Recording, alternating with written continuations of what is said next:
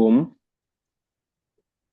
व्यासाय भवनाशाय श्रीशाय गुणराशये हृद्याय ಮಹಾದೇನಿರು हृद्याय शुद्ध विद्याय मध्वाय च नमो नमः। नारायणाय परिपूर्ण गुणार्णवाय विश्वोदय स्थितिलयो नियतिप्रदाय ज्ञानप्रदाय विबुधा सुरसौख्य दुःख सत्कारणाय वितताय नमो नमस्ते। श्री गुरुभ्यो नमः। हरि ओम। ಹಿಂದಿನ ಪಾಠದಲ್ಲಿ ನಾವು ನೋಡಿದಂತೆ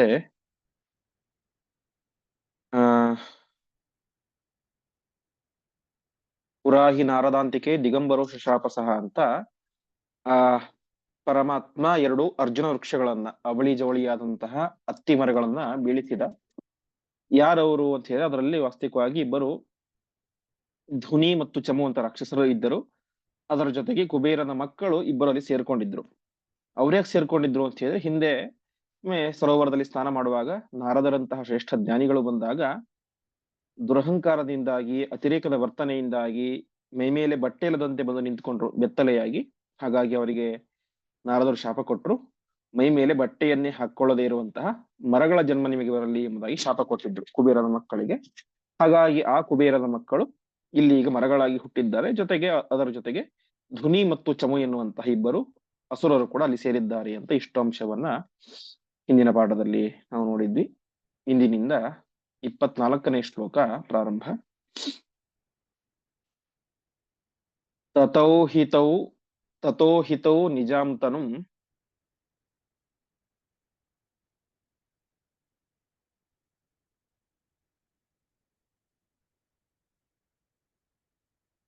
ಹರೇ ಪ್ರಸಾದತಃ ಶುಭೌ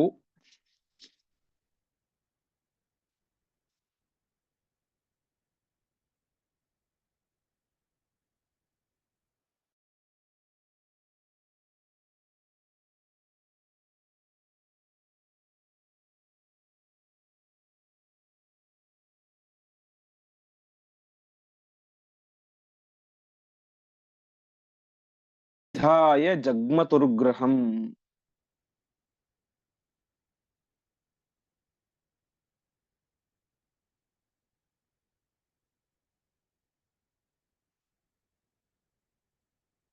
ಪದಚ್ಛೇದ. ತತಃ ಹಿ ತೌ ನಿಜಾಂ ತನುಂ ಹರೇಃ ಪ್ರಸಾದತಃ ಶುಭೌ ಅವಾಪತುಃ ಸ್ತುತಿಂ ವಿಭೋಃ ವಿಧಾಯ ಜಗ್ಮತುಃ ಗ್ರಹಂ. ಹೀಗೆ ಮರಗಳು ಕೆಳಗಡೆ ಬಿದ್ದಾಗ ಏನಾಯ್ತು, ಅದರಿಂದ ಅಲ್ಲಿ ಇದ್ದಂತಹ ಧುನಿ ಚಮು ಎನ್ನುವಂತಹ ಇಬ್ಬರು ದುಷ್ಟರನ್ನು ಕೂಡ ಪರಮಾತ್ಮ ತಾನು ಸಂಹಾರ ಮಾಡಿದ. ಅಲ್ಲಿ ಅವರಿಬ್ಬರು ಮಾತ್ರ ಇರಲಿಲ್ಲ, ಇನ್ನಿಬ್ಬರು ಇದ್ರು. ಅವರೇನಾದ್ರೂ ವಾಸ್ತವಿಕವಾಗಿ ಅವರಿಬ್ಬರು ಕೂಡ ಶುಭವು ಸಜ್ಜನರು, ಆದ್ರೆ ಏನೋ ಒಂದು ಸಂದರ್ಭಕ್ಕೆ ಅನುಗುಣವಾಗಿ ಅಸುರಾವೇಶದಿಂದಾಗಿ ಆ ರೀತಿಯಾಗಿ ಮಾಡಿದ್ರು. ಹಾಗಾಗಿ ಅವರಿಬ್ಬರು ಕೂಡ ಶುಭವು ಮಂಗಳಕರರಾದಂಥವರು ಮತ್ತು ಸಜ್ಜನರಾದಂಥವ್ರು, ಸ್ವರೂಪತಃ ಸಜ್ಜನರು ಆ ಕುಬೇರನ ಮಕ್ಕಳು. ಅಂತಹ ಆ ಕುಬೇರನ ಮಕ್ಕಳು ನಲಕೂಬರ ಮಣಿಗ್ರೀವರು ತಾವೇ ಮಾಡಿದರು, ಈಗ ಹರೇಹೇ ಪ್ರಸಾದತಃ ಪರಮಾತ್ಮನ ಒಂದು ಅನುಗ್ರಹದಿಂದಾಗಿ ತಾವೇ ಮಾಡ್ತಾ ಇದ್ದಾರೆ. ನಿಜಾಂತನುಂ ಅವಾಪತುಹು ತಮ್ಮ ನಿಜವಾದಂತಹ ಸ್ವರೂಪವನ್ನು ಮತ್ತೆ ಅವರು ಪಡಿತಾ ಇದ್ದಾರೆ. ಮತ್ತೆ ಅವರು ಕುಬೇರನ ಮಕ್ಕಳಾಗಿ ಮುಂದೆ ತೆರಳುತ್ತಾ ಇದ್ದಾರೆ. ಹೀಗೆ ತಮಗೆ ಅನುಗ್ರಹ ಮಾಡಿದಂತಹ ವಿಭೋಹೋ ಸ್ತುತಿಂ ವಿಧಾಯ ಆ ಪರಮಾತ್ಮನ ಒಂದು ಸ್ತೋತ್ರವನ್ನು ಮಾಡಿ ಗೃಹಂ ಜಗ್ಮತುಹು ತಮ್ಮ ತಮ್ಮ ಲೋಕಗಳಿಗೆ ತಾವು ತೆರಳಿದರು ಅಂತ ಈ ರೀತಿಯಾಗಿ ಪರಮಾತ್ಮ ತಾನು ಒಂದೇ ಕಾರ್ಯದ ಮೂಲಕ ಎರಡು ಒಂದು ಕ್ರಿಯೆಗಳನ್ನು ನಡೆಸಿದ. ಅಂದ್ರೆ ಆ ಧ್ವನಿ ಮತ್ತು ಚಮಗಳನ್ನ ಸಂಹಾರ ಮಾಡಿದ, ಅವರಿಗೆ ಒಂದು ದುಷ್ಟಗತಿಯನ್ನ ಕೊಟ್ಟ, ನಲಕೂಬರ ಮಣಿಗ್ರೀವರನ್ನು ಉದ್ಧಾರ ಮಾಡಿ ಅವರನ್ನು ತಮ್ಮ ತಮ್ಮ ಲೋಕಕ್ಕೆ ಕಳಿಸಿದ. ಹೀಗೆ ಮರಗಳನ್ನು ಬೀಳಿಸುವಂತಹ ಒಂದು ಕೆಲಸದ ಮೂಲಕ ಇಬ್ಬರ ಒಂದು ಸ್ವರೂಪಕ್ಕೆ ಅನುಗುಣವಾದಂತಹ ಒಂದು ಗತಿಯನ್ನು ಕೂಡ ಪರಮಾತ್ಮ ಅವರಿಗೆ ನೀಡಿದ ಎಂಬುದಾಗಿ ತಿಳಿಸ್ತಾ ಇದ್ದಾರೆ. ಕ್ಲಿಯರ್ ಬರ್ತಾ ಇದೆ ವಿಡಿಯೋ ಮತ್ತೆ ಆಡಿಯೋ ಬರ್ತಾ ಇದೆ ಸರ್, ಬರ್ತಾ ಇದೆ. ಸರಿ ಸರಿ. ಮುಂದಿನ ಶ್ಲೋಕ. ನಲಕೂಬರ ಮಣಿಗ್ರೀವೌ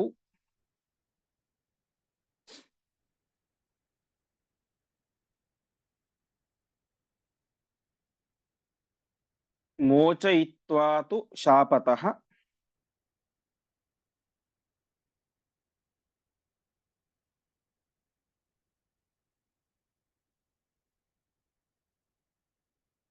ವಾಸುದೇವೋಥ ಗೋಪಾಲೈಃ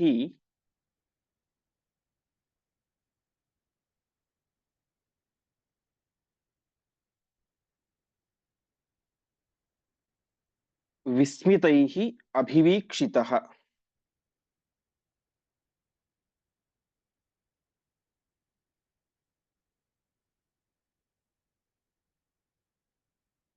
ಪದಚ್ಛೇದ.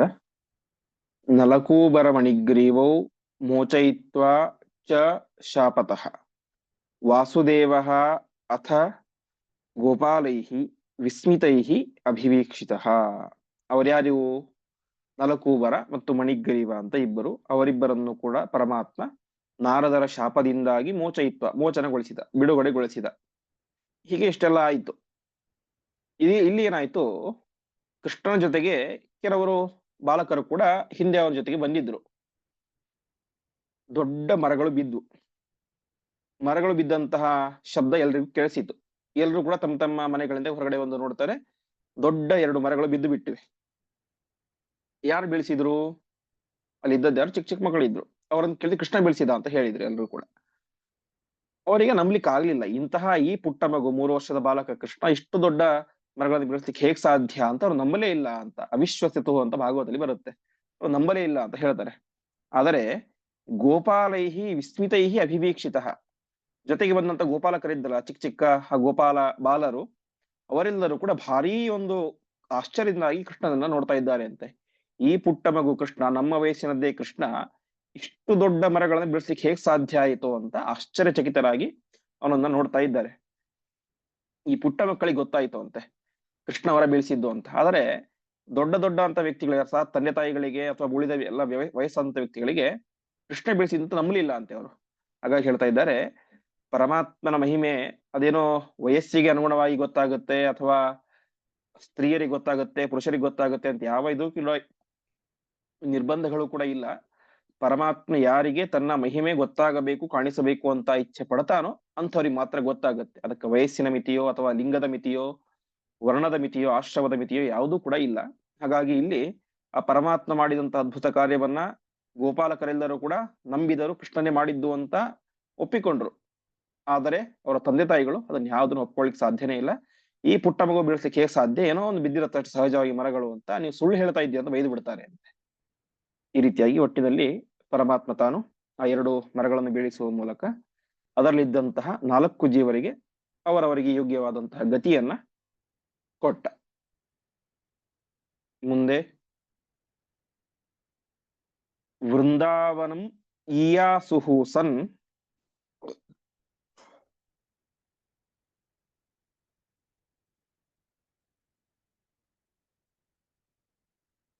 ನಂದಸೂನು ಬೃಹದ್ವನೆ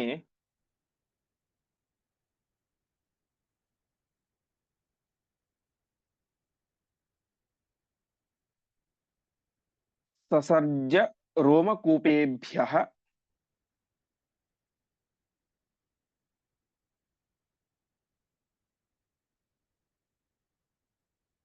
ವೃಕಾನ್ ವ್ಯಾಘ್ರ ಸಮಾನ್ ಬಲೆ.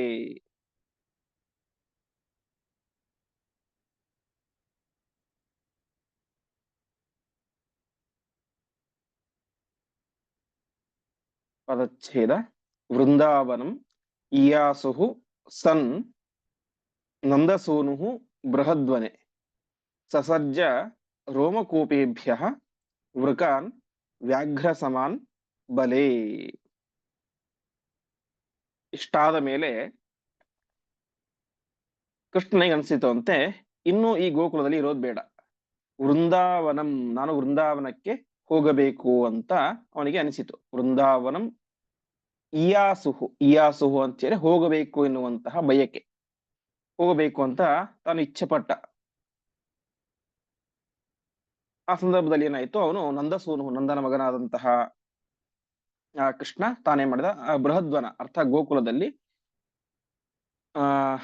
ವೃಕ ಅಂತ ಹೇಳಿ ತೋಳಗಳನ್ನ ಸೃಷ್ಟಿ ಮಾಡಿದ. ಯಾವ್ದ್ರಿಂದ ಸೃಷ್ಟಿ ಮಾಡಿದ? ರೋಮಕೂಪೇಭ್ಯ ತನ್ನ ರೋಮಗಳಿಂದಾಗಿ ಕೂದಲುಗಳಿಂದಾಗಿ ತೋಳಗಳನ್ನ ಸೃಷ್ಟಿ ಮಾಡಿದ. ಆ ತೋಳಗಳು ಹೇಗಿದ್ದು ವ್ಯಾಘ್ರ ಸಮಾನ್ ಬಲೆ, ಪರಾಕ್ರಮದಲ್ಲಿ ಹುಲಿಗಳಂತೆ ಇದ್ದಂತಹ ಆ ತೋಳಗಳನ್ನ ಪರಮಾತ್ಮ ಸೃಷ್ಟಿ ಮಾಡಿದ ಎಂಬುದಾಗಿ ಆಚಾರ್ಯರು ಸ್ಥೂಲವಾಗಿ ಇಲ್ಲಿ ಹೇಳ್ತಾ ಇದ್ದಾರೆ. ಆದರೆ ವಾಸ್ತವಿಕವಾಗಿ ಆದದ್ದೇನು ಅದನ್ನು ನಾವು ಹರಿವಂಶದಲ್ಲಿ ನೋಡ್ಬೇಕಾಗತ್ತೆ. ಹರಿವಂಶ ಮತ್ತು ವಿಷ್ಣು ಪುರಾಣದಲ್ಲಿ ಪರಮಾತ್ಮ ಯಾಕೆ ವೃಂದಾವನಕ್ಕೆ ಹೋಗ್ಬೇಕು ಅಂತ ಬಯಸಿದ, ತೋಳಗಳನ್ನ ಯಾಕೆ ಸೃಷ್ಟಿ ಮಾಡಿದ, ಇಷ್ಟೆಲ್ಲ ಯಾಕೆ ಮಾಡಿದ ಅಂತ ಹೇಳಿದ್ರೆ ಅಲ್ಲಿ ಹೇಳ್ತಾರೆ ಪರಮಾತ್ಮ ಅತ್ಯಂತ ದೊಡ್ಡ ಪರಿಸರ ಪ್ರೇಮಿ. ಅವನಿಗೆ ಯಾವತ್ತೂ ಕೂಡ ಪರಿಸರ ಹಾಳಾಗಬಾರದು ಅನ್ನೋಂಥ ಕಾಳಜಿ ತುಂಬಾ ಇರುತ್ತೆ. ಮಹಾಭಾರತದಲ್ಲಿ ವಿದುರ ಒಂದು ಮಾತನ್ನ ಹೇಳ್ತಾನೆ, ಯಾರು ಆ ತಮ್ಮ ಕೆಲಸವನ್ನು ಸರಿಯಾಗಿ ಮಾಡೋದಿಲ್ಲ ಅಂತ ಹೇಳಿದ್ರೆ, ನಂಗೆ ಶ್ಲೋಕ ನೆನಪಾಗ್ತಾ ಇಲ್ಲ, ಸುಮಾರು 7 ಜನರನ್ನು ಹೇಳ್ತಾನೆ, ಅದರಲ್ಲಿ 2 ಹೇಳ್ತಾನೆ. ಊರಲ್ಲಿ ಇರುವಂತಹ, ಗ್ರಾಮದಲ್ಲಿ ಇರುವಂತಹ ಗೋಪಾಲಕ ಮತ್ತು ಕಾಡಿನಲ್ಲಿ ಇರುವಂತಹ ನಾಪಿತ. ನಾಪಿತ ಅಂದ್ರೆ ಕಟಿಂಗ್ ಮಾಡೋದು, ಬಾಬರ್ ವ್ಯಕ್ತಿ, ಬಾರ್ಬರ್, ಅವರು ಇಬ್ಬರು ಕೂಡ ಉದ್ಧಾರ ಆಗೋದಿಲ್ಲ ಅಂತ ಹೇಳ್ತಾ ಇದ್ದಾರೆ. ಅಂದ್ರೆ ಕಟಿಂಗ್ ಮಾಡೋನು ಹೋಗಿ ಕಾಡಲ್ಲಿ ಕೂತ್ಕೊಂಡ್ರೆ ಅದರಿಂದ ಏನು ಉಪಯೋಗ ಇಲ್ಲ, ಅವನೇನಿರ್ಬೇಕು, ಊರಲ್ಲಿ ಇರಬೇಕು. ಅದೇ ರೀತಿ ಗೋಪಾಲಕನಾದಂಥವನು ಕಾಡಲ್ಲಿ ಇರಬಾರ್ದು ಅಂತೆ, ಅಲ್ಲ ಊರಲ್ಲಿ ಇರಬಾರ್ದು ಅಂತೆ, ಮತ್ತೆ ಕಾಡಲ್ಲಿ ಇರಬೇಕು ಅಂತ. ಯಾಕೆ ಅಂತಂದ್ರೆ ಒಂದು ವೇಳೆ ಊರಲ್ಲಿ ಏನೇ ಗೋಪಾಲಕ ಇದ್ಬಿಟ್ರೆ ಅಲ್ಲಿ ಇರುವಂತಹ ಎಲ್ಲ ಗೋವುಗಳು ಕೂಡ ಊರಲ್ಲಿರುವಂತಹ ಎಲ್ಲ ಪರಿಸರವನ್ನ, ಅರ್ಥಾತ್ ಹುಲ್ಲುಗಳನ್ನ, ಗಿಡ ಮರಗಳನ್ನ ತಿಂದು ತಿಂದು ಖಾಲಿ ಮಾಡಿಬಿಡುತ್ತೆ.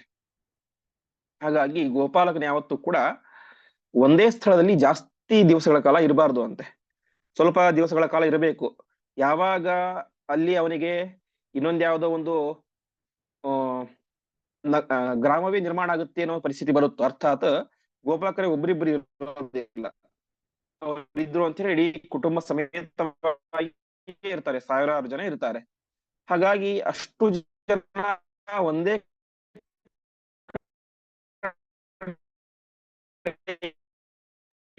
ಕೇಳಿಸೋದಿಲ್ಲ ಆಚಾರ್ಯ, ಬ್ರೇಕ್ ಬ್ರೇಕ್ ಆಗ್ತದೆ, ವಾಯ್ಸ್ ಬ್ರೇಕ್ ಆಗ್ತದೆ ಆಚಾರ್ಯ. ಅನೇಕ ವರ್ಷಗಳಾದಾಗ ಅಲ್ಲಿ ಹೊಸದಾಗಿ ಅರಣ್ಯಕ್ಕೆ, ಪರಿಸರಕ್ಕೆ ಆಡಿಯೋ ಮಾಡ್ತೀನಿ. ಸರಿ ಆಡಿಯೋ ಮಾಡ್ತೀನಿ. ಸರಿ ಆಡಿಯೋ ಮಾಡ್ತೀನಿ. ಕೃಷ್ಣನ ಉದ್ದೇಶ ಹೇಳಿದ್ರೆ, ನಾವೆಲ್ಲರೂ ಕೂಡ ಇದೇ ಗೋಕುಲದಲ್ಲಿ ಇದ್ಬಿಟ್ರೆ ಅದರಿಂದ ಏನಾಗುತ್ತೆ, ಇಲ್ಲೊಂದು ಗ್ರಾಮ ನಿರ್ಮಾಣ ಆದಂತೆ ಆಗುತ್ತೆ. ಆ ಮೂಲಕ ಅರಣ್ಯಕ್ಕೆ, ಪರಿಸರಕ್ಕೆ ಹಾನಿ ಆಗುತ್ತೆ. ಹಾಗಾಗಿ ಪರಮಾತ್ಮ ತಾನೇ ಮಾಡ್ತಾನೆ, ನಾವು ಇನ್ನು ಗೋಕುಲದಲ್ಲಿ ಇರಬೇಕು, ವೃಂದಾವನಕ್ಕೆ ಹೋಗಿ ಮತ್ತೆ ಅಲ್ಲಿ ಸ್ವಲ್ಪ ದಿವಸಗಳ ಕಾಲ ಇದ್ದು ಮತ್ತೆ ವಾಪಸ್ ಪುನಃ ಇಲ್ಲಿಗೆ ಬರೋಣ. ಆವಾಗ ಏನಾಗಿರುತ್ತೆ, ಇಲ್ಲಿ ಗೋಕುಲದಲ್ಲಿ ಮತ್ತೆ ಪರಿಸರ ಅಭಿವೃದ್ಧಿ ಆಗಿರುತ್ತೆ. ಹಾಗಾಗಿ ಇಷ್ಟೆಲ್ಲಾ ಹಿನ್ನೆಲೆಯಲ್ಲಿ, ಪರಿಸರ ರಕ್ಷಣೆಯ ಹಿನ್ನೆಲೆಯಲ್ಲಿ ಪರಮಾತ್ಮ ತಾನೇ ಮಾಡ್ತಾ ಇದ್ದಾನೆ, ಗೋಕುಲವನ್ನು ಬಿಟ್ಟು ವೃಂದಾವನಕ್ಕೆ ಹೋಗ್ಬೇಕು ಅಂತ ತೀರ್ಮಾನ ಮಾಡಿದ. ಆದರೆ ಈ ಮಾತನ್ನು ಹೇಳಿದ, ನಾವೆಲ್ಲ ವೃಂದಾವನಕ್ಕೆ ಹೋಗೋಣ ಅಂತ ಗೋಪಾಲಕರಿಗೆಲ್ಲ ಹೇಳಿದ. ಅವರಿಗೆ ಹೋಗ್ಲಿಕ್ಕೆ ಇಷ್ಟಾನೇ ಇಲ್ಲ. ಗೋಕುಲ ಒಳ್ಳೆ ಸುಂದರವಾದಂತ ಪರಿಸರ, ಬೇಕಾದಷ್ಟು ಹುಲ್ಲು ಸಸ್ಯ ಸಮೃದ್ಧಿಯಾಗಿ ಇದೆ, ಹಾಗಾಗಿ ಗೋವುಗಳಿಗೆ ಇಲ್ಲೇ ಇದ್ರೆ ಅನುಕೂಲ, ಹಾಗಾಗಿ ನಾವು ಇದನ್ನು ಬಿಟ್ಟು ಬರೋದಿಲ್ಲ ಅಂತ ಹೇಳಿಬಿಟ್ರು. ಆವಾಗ ಪರಮಾತ್ಮ ಏನ್ ಮಾಡಿದ, ಇವರನ್ನು ಹೇಗಾದರೂ ಮಾಡಿ ಗೋಕುಲದಿಂದಾಗಿ ವೃಂದಾವನಕ್ಕೆ ಕಳಿಸಬೇಕು. ಇವರಾಗೆ ಹೋಗ್ಲಿಕ್ಕೆ ರೆಡಿ ಇಲ್ಲ, ಹಾಗಾಗಿ ಇವರನ್ನು ಬಲವಂತವಾಗಿ ಕಳಿಸಬೇಕು. ಅದಕ್ಕೋಸ್ಕರ ತಾನೇನ್ ಮಾಡಿದ, ತನ್ನ ಕೂದಲುಗಳಿಂದಾಗಿ ಹುಲಿಗಳಂತೆ ಇರುವಂತಹ ತೋಳಗಳನ್ನ ಸೃಷ್ಟಿ ಮಾಡಿದ. ಆ ತೋಳಕ್ಕೆ ಹೆದರಿ ಅವರೇನ್ ಮಾಡ್ತಾರೆ, ಮುಂದೆ ವೃಂದಾವನಕ್ಕೆ ಹೋಗಿಬಿಡ್ತಾರೆ ಅಂತ. ಹೀಗೆ ಪರಿಸರ ಕಾಳಜಿಯ ಹಿನ್ನೆಲೆಯಲ್ಲಿ ಪರಮಾತ್ಮ ಈ ರೀತಿಯಾದಂತಹ ಒಂದು ಕಾರ್ಯವನ್ನು ಮಾಡಿದ ಎಂಬುದಾಗಿ ಹರಿವಂಶದಲ್ಲಿ ಈ ಒಂದು ಮಾತನ್ನ ತಿಳಿಸ್ತಾ ಇದ್ದಾರೆ. ಮುಂದೆ ಅನೇಕ ಕೋಟಿ ಸಂಘೈಸ್ತೈಹಿ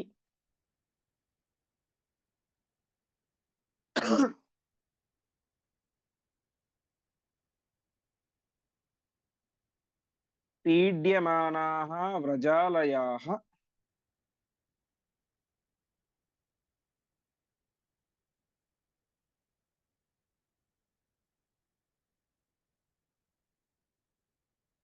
ಯಯುಃ ವೃಂದಾವನಂ ನಿತ್ಯಾ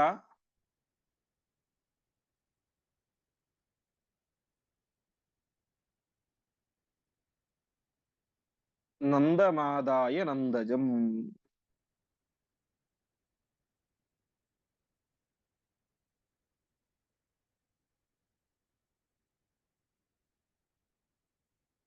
ಪದಚ್ಛೇದ. ಅನೇಕ ಕೋಟಿ ಸಂಘೈಹಿ ತೈಃ ಪೀಡ್ಯಮಾನಾಃ ವ್ರಜಾಲಯಾಃ ಯಯುಃ ವೃಂದಾವನಂ ನಿತ್ಯಾನಂದಂ ಆದಾಯ ನಂದಜಂ.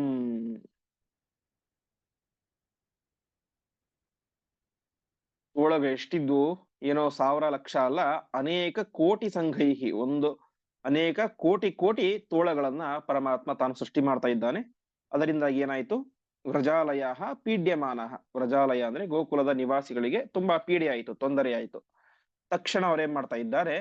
ನಂದಜ, ನಂದ ಗೋಪನ ಮಗನಾದಂತಹ ನಿತ್ಯಾನಂದ ಸ್ವರೂಪಿಯಾದಂತಹ ಪರಮಾತ್ಮನನ್ನ, ಕೃಷ್ಣನನ್ನ ಕರೆದುಕೊಂಡು ತಾವೆಲ್ಲರೂ ಕೂಡ ವೃಂದಾವನಕ್ಕೆ ವಲಸೆ ಹೋದರು.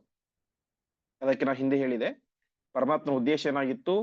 ಗೋಕುಲವನ್ನ ಬಿಟ್ಟೇ ಹೋಗ್ಬೇಕು ಅಂತಲ್ಲ, ಗೋಕುಲ ಬಿಟ್ಟು ಹೋಗಬೇಕು, ವೃಂದಾವನದಲ್ಲಿ ಸ್ವಲ್ಪ ವರ್ಷಗಳ ಕಾಲ ಇರಬೇಕು, ಮತ್ತೆ ಪುನಃ ಈ ಕಡೆ ಬರಬೇಕು. ಹೀಗೆ ಗೋಪಾಲಕರ ಒಂದು ಕರ್ತವ್ಯವನ್ನ, ಪರಿಸರ ಕಾಳಜಿ ಹಿನ್ನೆಲೆಯನ್ನ ಪರಮಾತ್ಮ ಈ ಸಂದರ್ಭದಲ್ಲಿ ತಿಳಿಸ್ತಾ ಇದ್ದಾನೆ. ಒಟ್ಟಿನಲ್ಲಿ ತಾವೆಲ್ಲರೂ ಕೂಡ ವೃಂದಾವನಕ್ಕೆ ಕೃಷ್ಣನೊಟ್ಟಿಗೆ ಹೋದರು.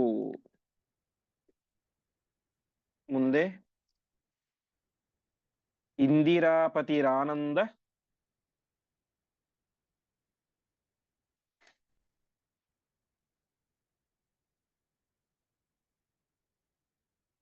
ಪೂರ್ಣೋ ವೃಂದಾವನೆ ಪ್ರಭು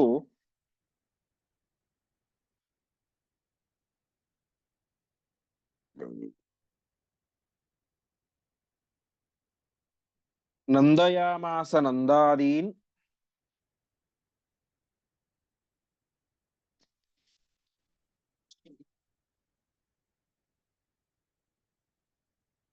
ಉದ್ದಾಮತರ ಚೇಷ್ಟಿತೈಹಿ.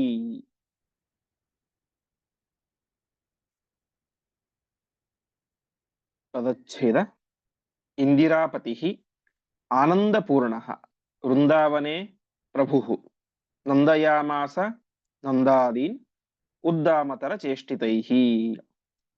ಇಂದಿರಾಪತಿ, ಲಕ್ಷ್ಮೀಪತಿಯಾದಂತಹ ಆ ಕೃಷ್ಣ, ಆನಂದಪೂರ್ಣನಾದಂತಹ ಪರಿಪೂರ್ಣ ಆನಂದ ಸ್ವರೂಪಿಯಾದಂತಹ ಆ ಪರಮಾತ್ಮ ತಾನು ವೃಂದಾವನದಲ್ಲಿ ಇದ್ದುಕೊಂಡು ತನ್ನ ಉತ್ತಮವಾದಂತಹ ಚೇಷ್ಟೆಗಳಿಂದಾಗಿ, ಲೀಲೆಗಳಿಂದಾಗಿ,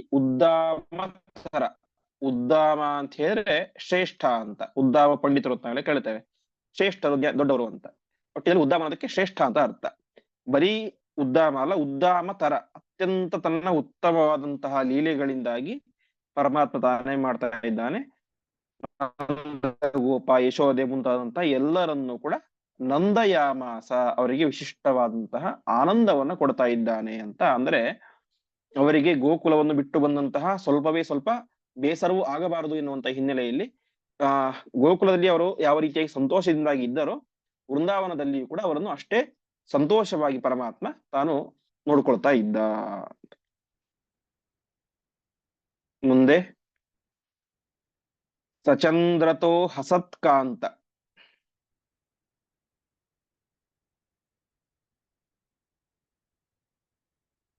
ವದನೇನಿಂದು ವರ್ಚಸ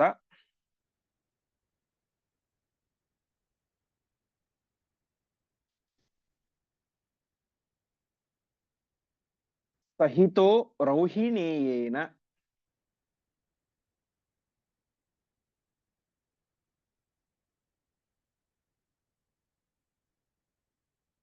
ವತ್ಸಪಾಲೋ ಬಭೂವ ಹ.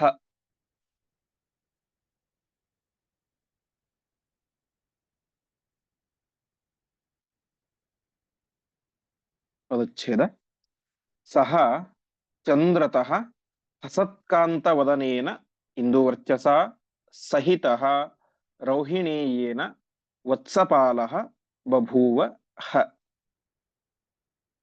ಪರಮಾತ್ಮನ ಆ ಒಂದು ಮುಖದ ಕಾಂತಿ ಯಾವ ರೀತಿಯಾಗಿತ್ತು ಅಂತ ಆಚಾರ್ಯರು ವರ್ಣನೆ ಮಾಡ್ತಾ ಇದ್ದಾರೆ. ಚಂದ್ರತಃ ಹಸತ್ಕಾಂತ, ಚಂದ್ರನಿಗಿಂತಲೂ ಕೂಡ ಒಳ್ಳೆ ಹೊಳೆಯುವಂತಹ ಮುಖದ ಕಾಂತಿ ಆ ಪರಮಾತ್ಮನ ಕಾಂತಿ. ನಾವು ಜಗತ್ನಲ್ಲಿ ಚಂದ್ರನ ಕಾಂತಿ ಭಾರಿ ಕಾಂತಿ ಅಂತ ಅನ್ಕೊಳ್ತೇವೆ. ಆದರೆ ಆ ಪರಮಾತ್ಮನ ಕೃಷ್ಣಾವತಾರದ ಮುಖದ ಕಾಂತಿ ಚಂದ್ರನನ್ನು ಮೀರಿಸುವಂತಹ ಅದ್ಭುತವಾದಂತಹ ಕಾಂತಿ. ಅಂತಹ ಇಂದು ವರ್ಚಸ, ಚಂದ್ರನ ಕಾಂತಿಯಿಂದ ಕೂಡಿದಂತಹ ಆ ಪರಮಾತ್ಮ ರೌಹಿಣೇಯೇನ ಸಂಯುತಃ, ರೌಹಿಣೇಯ ಅಂತ ಹೇಳಿದ್ರೆ ರೋಹಿಣಿಯ ಮಗನಾದಂತಹ ಬಲರಾಮನೊಟ್ಟಿಗೆ ಸೇರಿಕೊಂಡು ತಾನೇನಾಗ್ತಾ ಇದ್ದಾನೆ? ವತ್ಸಪಾಲಃ ಬಭೂವ ಹ. ಪರಮಾತ್ಮ ತಾನೇನಾದ ಮೊದಲು ನೇರವಾಗಿ ಗೋಪಾಲಕನಾಗ್ಲಿಲ್ಲ, ಅರ್ಥಾತ್ ಆಕಳನ್ನು ಕಾಯುವವನೇ ಆಗ್ಲಿಲ್ಲ ಮೊದಲು ಸ್ಟಾರ್ಟಿಂಗ್ ಅಲ್ಲಿ. ಇನ್ನು ಚಿಕ್ಕ ವಯಸ್ಸು, 4-5 ವರ್ಷ ವಯಸ್ಸು.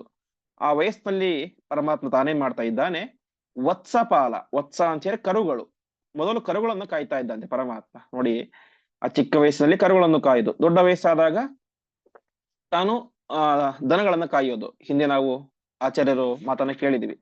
ಪರಮಾತ್ಮ ಯಾವ ಕುಲದಲ್ಲಿ ಹುಟ್ಟಿರ್ತಾನೋ, ಯಾವ ಪ್ರದೇಶದಲ್ಲಿ ಇರ್ತಾನೋ, ಯಾವ ಆ ಜಾತಿಯಲ್ಲಿ ಇರ್ತಾನೋ, ಸ ವಿಪ್ರರಾಜ ಗೋಪಕ ಸ್ವರೂಪಕ ತದುದ್ಭವ ನೃತಿರ್ಯಗಾದಿ ರೂಪಕ ಸ ಬಾಲ್ಯ ಯೌವನಾದಿಯುಕೋ ಅಂತ. ಹೀಗೆ ಬಾಲ್ಯ ಯೌವನ, ಆ ವಯಸ್ಸಿಗೆ, ಆ ಜಾತಿಗೆ, ಸಂದರ್ಭಕ್ಕೆ, ಪ್ರದೇಶಕ್ಕೆ ಅನುಗುಣವಾಗಿ ಪರಮಾತ್ಮ ಇರ್ತಾನೆ. ಈಗ ಪರಮಾತ್ಮ ಒಬ್ಬ ಗೋಪಾಲಕರ ವಂಶದಲ್ಲಿ ಹುಟ್ಟಿದ್ದಾನೆ. ವಯಸ್ಸಿನ ಚಿಕ್ಕದು, ಅದಕ್ಕನುಗುಣವಾಗಿ ಏನ್ ಮಾಡ್ಬೇಕು ಅವನು, ಆ ವಯಸ್ಸಿಗೆ ಅನುಗುಣವಾಗಿ, ತನ್ನ ಜಾತಿಗೆ ಅನುಗುಣವಾಗಿ ಕರುಗಳನ್ನ ಕಾಯ್ಬೇಕು. ಆ ಚಿಕ್ಕ ವಯಸ್ಸಿನಲ್ಲಿ ಯಾರು ಕೂಡ ಎತ್ತನ್ನ ಕಾಯೋದಿಲ್ಲ, ದನಗಳನ್ನ ಕಾಯೋದಿಲ್ಲ. ತಾವೇ ಮಾಡ್ತಾರೆ, ಆ ವಯಸ್ಸಿನ ಹುಡುಗರು ಸಹಜವಾಗಿ ಕರುಗಳನ್ನ ಕಾಯ್ತಾ ಇರ್ತಾರೆ. ಹಾಗಾಗಿ ಕೃಷ್ಣನೂ ಕೂಡ ಆ ಒಂದು ನೀತಿಯನ್ನ ಅನುಸರಿಸುತ್ತಾ ವತ್ಸಪಾಲಕನಾದ, ಕರುಗಳನ್ನ ಕಾಯ್ಲಿಕ್ಕೆ ಶುರು ಮಾಡಿದ. ಹ ಹ ಅಂತ ಹೇಳಿ ಸಂಸ್ಕೃತದಲ್ಲಿ ಪ್ರಸಿದ್ಧ, ಆಶ್ಚರ್ಯ ಅಂತ ಅರ್ಥ. ಎಂತಹ ಆಶ್ಚರ್ಯ ಇದು, ಇಡೀ ಜಗತ್ತನ್ನೇ ಕಾಯುವಂತಹ ಪರಮಾತ್ಮ ಇವತ್ತು ಕರುಗಳನ್ನು ಕಾಯ್ತಾ ಇದ್ದಾನೆ ಎಂಬುದಾಗಿ ಆಚಾರ್ಯರು ತಿಳಿಸ್ತಾ ಇದ್ದಾರೆ. ಮುಂದೆ ದೈತ್ಯಂ ಸ ವತ್ಸತನುಂ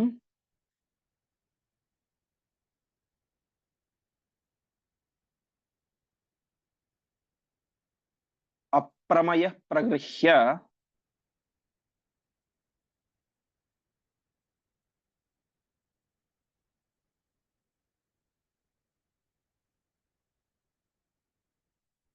ಕಂಸಾನುಗಂ ಹರವರಾತ್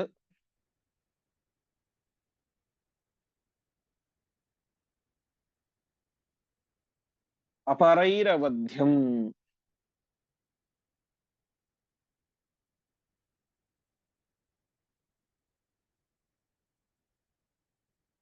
ಪ್ರಕ್ಷಿಪ್ಯ ವೃಕ್ಷ ಶಿರಸಿ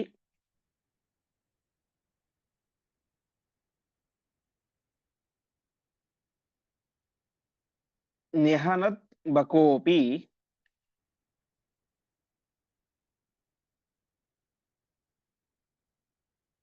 ಕಂಸಾನುಗೋಥ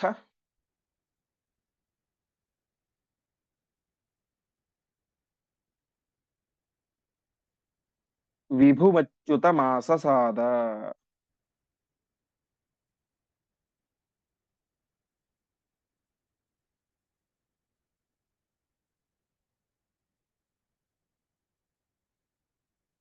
ಪದಚ್ಛೇದ. ದೈತ್ಯಂ ಸಹ ವತ್ಸತನುಂ ಅಪ್ರಮಯ ಪ್ರಗೃಹ್ಯ ಕಂಸಾನುಗಂ ಹರವರಾತ್ ಅಪರೈಃ ಅವಧ್ಯಂ ಪ್ರಕ್ಷಿಪ್ಯ ವೃಕ್ಷಶಿರಸಿ ನ್ಯಹನತ್ ಬಕಃ ಅಪಿ ಕಂಸಾನುಗಃ ಅಥ ವಿಭುಂ ಅಚ್ಯುತಂ ಆಸಸಾದ. ಈ ಸಂದರ್ಭದಲ್ಲಿ, ಅರ್ಥಾತ್ ವೃಂದಾವನದಲ್ಲಿ ಇದ್ದಾಗ ಪರಮಾತ್ಮ ಅನೇಕ ದೈತ್ಯರ ಸಂಹಾರವನ್ನು ಮಾಡ್ತಾನೆ. ಅದರ ಬಗ್ಗೆ ತಿಳಿಸ್ತಾ ಇದ್ದಾರೆ. ಒಬ್ಬ ದೈತ್ಯನಿದ್ದ, ಅವನ ಹೆಸರು ವತ್ಸಾಸುರ ಅಂತ. ನೋಡಿ, ಪರಮಾತ್ಮ ಈಗ ಕೃಷ್ಣ ವತ್ಸ ಪಾಲಕನಾಗಿದ್ದಾನೆ, ಕರುಗಳನ್ನು ಕಾಯ್ತಾ ಇದ್ದಾನೆ. ಆ ಸಂದರ್ಭದಲ್ಲಿ ಅವನನ್ನು ಕೊಲ್ಲಬೇಕು ಅಂತ ವತ್ಸಾಸುರ, ಆ ದೈತ್ಯ ಕರುವಿನ ರೂಪದಲ್ಲಿ ಬರ್ತಾ ಇದ್ದಾನೆ. ದೈತ್ಯಂ ಸ ವತ್ಸತನುಂ, ಕರುವಿನ ದೇಹದಲ್ಲಿ ಇದ್ದಂತಹ ದೈತ್ಯ ಅವನೇನಾಗಿದ್ದ, ಕಂಸಾನುಗ, ಕಂಸನ ಒಬ್ಬ ಸೇವಕನಾಗಿದ್ದ. ಅಷ್ಟು ಮಾತ್ರ ಅಲ್ಲ, ಅವನಿಗೂ ಕೂಡ ಅವಧ್ಯತ್ವ ವರ ಇತ್ತು. ಅವಧ್ಯತ್ವ ಅಂತ ಹೇಳಿ ಸಾಯದೇ ಇರುವಂತಹ ವರ. ಹರವರಾತ ಅಪರೈರವಧ್ಯಂ, ರುದ್ರದೇವರು ಅವನಿಗೆ ವರವನ್ನು ಕೊಟ್ಟಿದ್ರು, ನಿನ್ನನ್ನು ಯಾರು ಕೂಡ ವಧೆ ಮಾಡದೇ ಇರಲಿ, ಸಾಯಿಸದೇ ಇರಲಿ ಅಂತ ಆ ವರವನ್ನು ಕೊಟ್ಟಿದ್ರು. ಹೀಗೆ ರುದ್ರದೇವರ ವರದಿಂದಾಗಿ ಅಪರೈಹಿ ಅವಧ್ಯ ಅಂತ ಹೇಳಿ, ರುದ್ರದೇವರಿಗಿಂತ ಕಡಿಮೆಯವರು ಸಾಯಿಸ್ಲಿಕ್ಕೆ ಸಾಧ್ಯ ಇಲ್ಲ ಅವನನ್ನ. ರುದ್ರದೇವರಿಗಿಂತ ಯೋಗ್ಯತೆಯಲ್ಲಿ ಕಡಿಮೆಯಾದಂಥವ್ರು, ಯಮಧರ್ಮನಾಗಲಿ, ಇಂದ್ರನಾಗಲಿ, ಅಗ್ನಿಯಾಗಲಿ, ವರುಣನಾಗಲಿ ಸಾಯಿಸ್ಲಿಕ್ಕೆ ಸಾಧ್ಯ ಇಲ್ಲ. ರುದ್ರದೇವರ ವರವನ್ನು ಮೀರಬೇಕು ಅಂತ ಹೇಳಿದ್ರೆ ಒಂದ ಸಮಾನ ಕಕ್ಷೆಯ ಗರುಡಶೇಷರು ಅಥವಾ ವಾಯುದೇವರು, ಬ್ರಹ್ಮದೇವರು ಪರಮಾತ್ಮ ಮೀರ್ಲಿಕ್ಕೆ ಸಾಧ್ಯ. ಹಾಗಾಗಿ ಬೇರೆಯವರಿಂದ ಅವಧ್ಯನಾಗಿದ್ದ, ಕರುವಿನ ರೂಪದಲ್ಲಿ ಇದ್ದ. ಅಂತಹ ಆ ವತ್ಸಾಸುರನನ್ನ ಪರಮಾತ್ಮ ತಾನೇ ಮಾಡ್ತಾ ಇದ್ದಾನೆ. ತಾನು ಅವನನ್ನ ಹಿಡಿದುಕೊಂಡು ವೃಕ್ಷ ಶಿರಸಿ ಪ್ರಕ್ಷಿಪ್ಯ, ಅವನ ಆ ಕಾಲನ್ನು ಹಿಡಿದುಕೊಂಡು ತಿರುಗಿಸಿ ವೃಕ್ಷ ಶಿರಸಿ ಅಂತ ಹೇಳಿ ಮರದ ತುದಿಗೆ ಬಿಸಾಕ್ಬಿಟ್ಟ ಅಂತೆ. ದೊಡ್ಡ ದೊಡ್ಡದ ಮರಗಳು ಇದ್ದು ಅಲ್ಲಿ ವೃಂದಾವನದಲ್ಲಿ, ಆ ಮರಗಳ ತುದಿಗೆ ಅವನನ್ನು ಬಿಸಾಕಿಸಿ ತಾನೇ ಮಾಡಿದ. ನಿಹನತ್, ಕೊಂದು ಹಾಕಿದ. ಹೀಗೆ ಕರುವಿನ ರೂಪದಲ್ಲಿ ಇದ್ದಂತಹ, ಎಲ್ಲರಿಗೂ ತೊಂದರೆಯನ್ನು ಕೊಡ್ತಾ ಇದ್ದಂತಹ ಆ ವತ್ಸಾಸುರನನ್ನ ಪರಮಾತ್ಮ ಸಂಹಾರ ಮಾಡಿದ. ಅದಾದ ಮೇಲೆ ಇನ್ನೊಬ್ಬ ಬಂದ, ಕಂಸಾನುಗಹ, ಇನ್ನೊಬ್ಬ ಕಂಸನ ಸೇವಕನಾದಂತಹ ಬಕಾಸುರ ಎನ್ನುವಂಥವನು ಪರಮಾತ್ಮನ ಹತ್ತಿರ ಬಂದ. ಮುಂದೆ ಸ್ಕಂದ ಪ್ರಸಾದ ಕವಚ.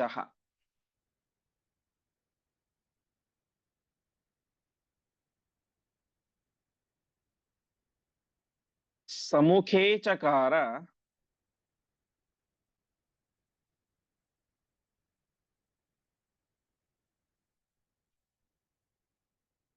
ಗೋವಿಂದಮಗ್ನಿವದಮಂ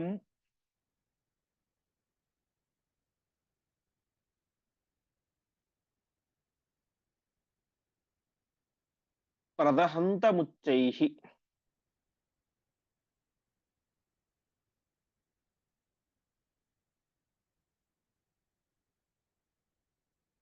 ಚರ್ದ ತುಂಡ ಶಿರಸೈವ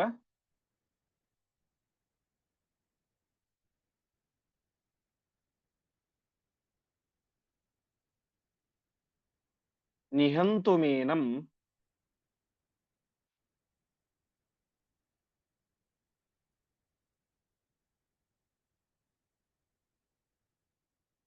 ಆಯಾಂತಮೀಕ್ಷ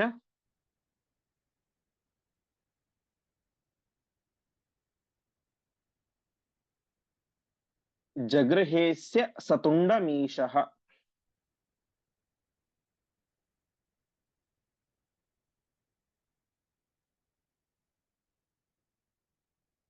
ಪದಚ್ಛೇದ.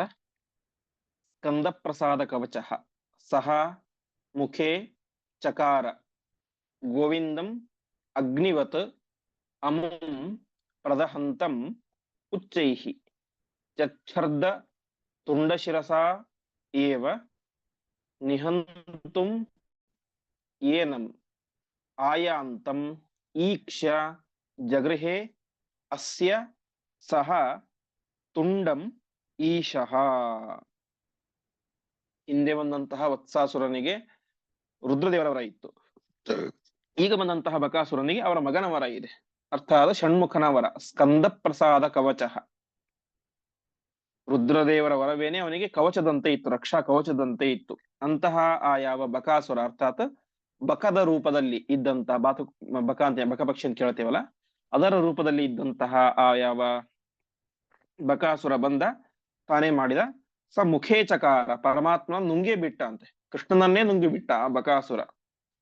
ಪರಮಾತ್ಮ ಒಳಗ್ ಹೋದಂತಹ ಆ ಗೋವಿಂದ ಏನಾದ, ಪರಮಾತ್ಮ ಏನಾದ, ಅಗ್ನಿವತ್ ಪ್ರದಹಂತಂ, ಬೆಂಕಿಯಂತೆ ಅವನನ್ನ ಸುಡ್ಲಿಕ್ ಶುರು ಮಾಡಿದ ಒಳಗಡೆಯಿಂದಾಗಿ. ತಕ್ಷಣ ಏನ್ ಮಾಡಿದ ಅವನು, ಚಚ್ಚರದ ಅಂದ್ರೆ ವಾಂತಿ ಮಾಡಿದ ಅಂತ, ಅರ್ಥಾತ್ ಕೃಷ್ಣನನ್ನ ಹೊರಗಡೆ ಬಾಯಿಂದಾಗಿ. ಆ ಬಳಿಕ ಪರಮಾತ್ಮ ಏನ್ ಮಾಡಿದ, ತುಂಡ ಶಿರಸೇವ, ಅವನ ಆ ಒಂದು ಕೊಕ್ಕನ್ನ ತುಂಡ ಶಿರಸೇವ ನಿಹಂತುಂ, ಕೊನೆಗೆ ಇಷ್ಟ ಆಯ್ತು, ಹೊರಗಡೆ ಬಂದ. ಕೊನೆಗೆ ಅವನೇನ್ ಮಾಡಿದ, ಕೊಕ್ಕಿಂದಲೇನೆ ಅವನನ್ನ ಕೊಲ್ಬೇಕು ಅಂತ ಪ್ರಯತ್ನ ಪಟ್ಟ. ಇಷ್ಟು ತನಕ ಬಾಯಿ ಒಳಗಡೆ ಹಾಕಿಕೊಂಡು ಕೃಷ್ಣನನ್ನ ಕೊಲ್ಬೇಕು ಅಂತ ಪ್ರಯತ್ನ ಮಾಡಿದ. ಆದರೆ ಪರಮಾತ್ಮ ತಾನೇನಾದ, ಒಳಗಡೆಯಿಂದ ಸುಡ್ಲಿಕ್ಕೆ ಶುರು ಮಾಡಿದ, ಹೊರಗಡೆ ಹಾಕಿಬಿಟ್ಟ, ಚಚ್ಚರದ. ಈಗ ಕೊಕ್ಕಿನ ತುದಿಯಿಂದಾಗಿಯೇನೆ ಅವನೇನ್ ಮಾಡ್ತಾ ಇದ್ದಾನೆ, ಕೃಷ್ಣನನ್ನ ಕೊಲ್ಬೇಕು ಅಂತ ಪ್ರಯತ್ನ ಮಾಡಿದ. ನಿಹಂತುಂ ಆಯಾಂತಂ, ಕೊಲ್ಬೇಕು ಅಂತ ಅವನ ಹತ್ರ ಬಂದ. ಆವಾಗ ಶ್ರೀಕೃಷ್ಣ ಪರಮಾತ್ಮ ಅಸ್ಯ ತುಂಡಂ ಜಗೃಹೇ, ಅವನ ಕೊಕ್ಕನ್ನೇ ಹಿಡಿದುಕೊಂಡ. ಹೀಗೆ ಬಕದ ರೂಪದಲ್ಲಿ ಇದ್ದಂತಹ ದೈತ್ಯ ಶ್ರೀಕೃಷ್ಣ ಪರಮಾತ್ಮನನ್ನ ಕೊಲ್ಬೇಕು ಅಂತ ಪ್ರಯತ್ನ ಮಾಡ್ತಾ ಇದ್ದಾನೆ. ಮುಂದೆ ತುಂಡದ್ವಯಂ ಯದುಪತಿ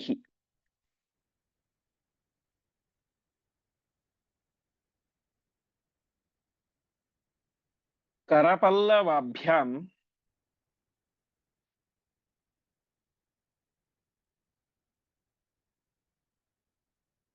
ಸಂಗೃಹ್ಯ ಚಾಶು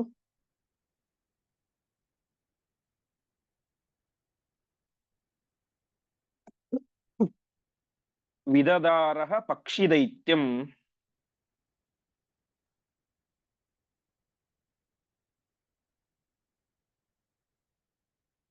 ಬ್ರಹ್ಮಾದಿಭಿಃ ಕುಸುಮ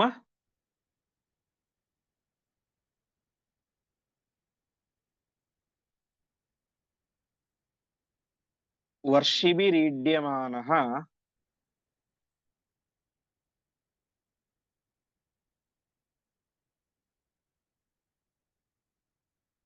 ಸಾಯಂ ಯಯೌ ವ್ರಜ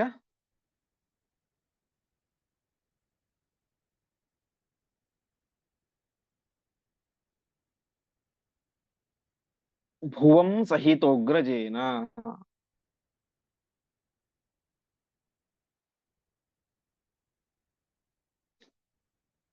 ಪದಚ್ಛೇದ ತುಂಡದ್ವಯಂ ಯದುಪತಿಃ ಕರಪಲ್ಲವಾಭ್ಯಾಂ ಸಂಗೃಹ್ಯ ಚ ಆಶು ವಿದದಾರ ಹ ಪಕ್ಷಿದೈತ್ಯಂ ಬ್ರಹ್ಮಾದಿಭಿಃ ಕುಸುಮವರ್ಷಿಭಿಃ ಈಡ್ಯಮಾನಃ ಸಾಯಂ ಯಯೌ ವ್ರಜಭುವಂ ಸಹಿತಃ ಅಗ್ರಜೇನ. ಕೃಷ್ಣನನ್ನ ಕೊಕ್ಕಿನಿಂದಾಗಿ ಕೊಲ್ಲಬೇಕು ಅಂತ ಆ ದೈತ್ಯ ಬಂದ ತಕ್ಷಣ ಪರಮಾತ್ಮ ಆ ತುಂಡದ್ವಯ ಎರಡೂ ಕೊಕ್ಕುಗಳನ್ನು ಕೂಡ ತನ್ನ ಕೈಯಿಂದ ಹಿಡಿದುಕೊಂಡ. ಪರಮಾತ್ಮನ ಕೈ ಹೇಗಿತ್ತು? ಕರ ಪಲ್ಲವ, ಪಲ್ಲವ ಅಂದ್ರೆ ಚಿಗುರು ಅಂತ, ಚಿಗುರಿನಂತಹ ಆ ಸುಂದರವಾದಂತಹ ಕೋಮಲವಾದಂತಹ ತನ್ನ ಕೈಗಳಿಂದಾಗಿ ಅವನ ಎರಡೂ ತುಂಡಗಳನ್ನ, ಕೊಕ್ಕುಗಳನ್ನ ಪರಮಾತ್ಮ ಹಿಡಿದುಕೊಂಡು ತಕ್ಷಣ ತಾನೇ ಮಾಡಿದ. ಆ ಪಕ್ಷಿಯ ರೂಪದಲ್ಲಿದ್ದಂತಹ ಆ ದೈತ್ಯನನ್ನ, ಬಕಾಸುರನನ್ನ ವಿದದಾರ ಸೀಳಿ ಹಾಕಿ ಸಂಹಾರ ಮಾಡಿದ. ಆ ಸಂದರ್ಭದಲ್ಲಿ ಬ್ರಹ್ಮಾದಿ ಸಕಲ ದೇವಾನು ದೇವತೆಗಳು ಕೂಡ ಕುಸುಮ ವರ್ಷಿಬಿಹಿ, ಕುಸುಮ ಹೂವು, ವರ್ಷಿಬಿಹಿ ಅಂದ್ರೆ ಮಳೆ, ಹೂಮಳೆಯನ್ನ ಪರಮಾತ್ಮನ ಮೇಲೆ ಸುರಿಸುತ್ತಾ ಈಡ್ಯಮಾನಃ ವಿಶೇಷವಾಗಿ ಕೃಷ್ಣ ಪರಮಾತ್ಮನ ಸ್ತೋತ್ರ ಮಾಡಿದರು. ಇಷ್ಟಾದ ಮೇಲೆ ಪರಮಾತ್ಮ ಸಾಯಂಕಾಲದಲ್ಲಿ ಅಗ್ರಜೇನ ಸಹಿತ ತನ್ನ ಅಣ್ಣನಾದಂತಹ ಬಲರಾಮನೊಟ್ಟಿಗೆ ಸೇರಿಕೊಂಡು ವ್ರಜಭುವಂ ಯಯೋ ಮತ್ತೆ ಪುನಃ ತನ್ನ ಗೋಕುಲಕ್ಕೆ ಬಂದ. ಗೋಕುಲಕ್ಕೆ ಅಂತೇಳಿ ಮತ್ತೆ ಹಿಂದೆ ಇದ್ದಂತ ಗೋಕುಲ ಅಂತ ಅರ್ಥ ಅಲ್ಲ, ಗೋಕುಲ ಅಂದ್ರೆ ಇಷ್ಟೇ ಅರ್ಥ, ಗೋವುಗಳು ಎಲ್ಲಿರ್ತಾವೋ ಅದು ಗೋಕುಲ. ವ್ರಜ ಅಂತ ಹೇಳಿದ್ರೆ ಹಟ್ಟಿ, ಗೋವುಗಳ ಹಟ್ಟಿ ಅಂತ. ಹಾಗಾಗಿನೇ ಅದಕ್ಕೆ ವ್ರಜ ಅಂತ ಕರೀತಾರೆ.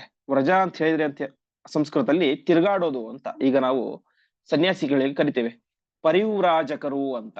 ಪರಿವ್ರಾಜಕರು ಅಂದ್ರೇನು? ತಿರುಗಾಡ್ತಾ ಇರುವಂತವ್ರು.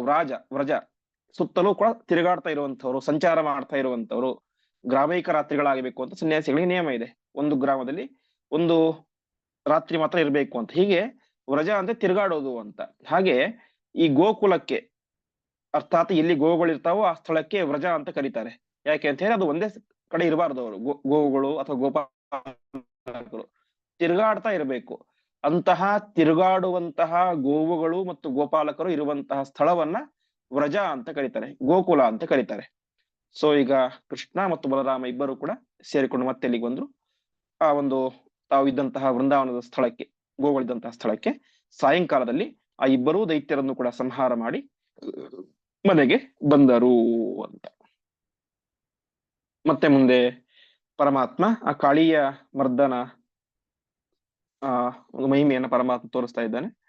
ಆ ಒಂದು ಚಿಂತನೆಯನ್ನ ಮತ್ತೆ ನಾಳೆಯ ಪಾಠದಲ್ಲಿ ಮಾಡೋಣ ಎಂಬುದಾಗಿ ಹೇಳುತ್ತಾ ಇಂದಿನ ಪಾಠವನ್ನ ಶ್ರೀಕೃಷ್ಣಾರ್ಪಣಮಸ್ತು.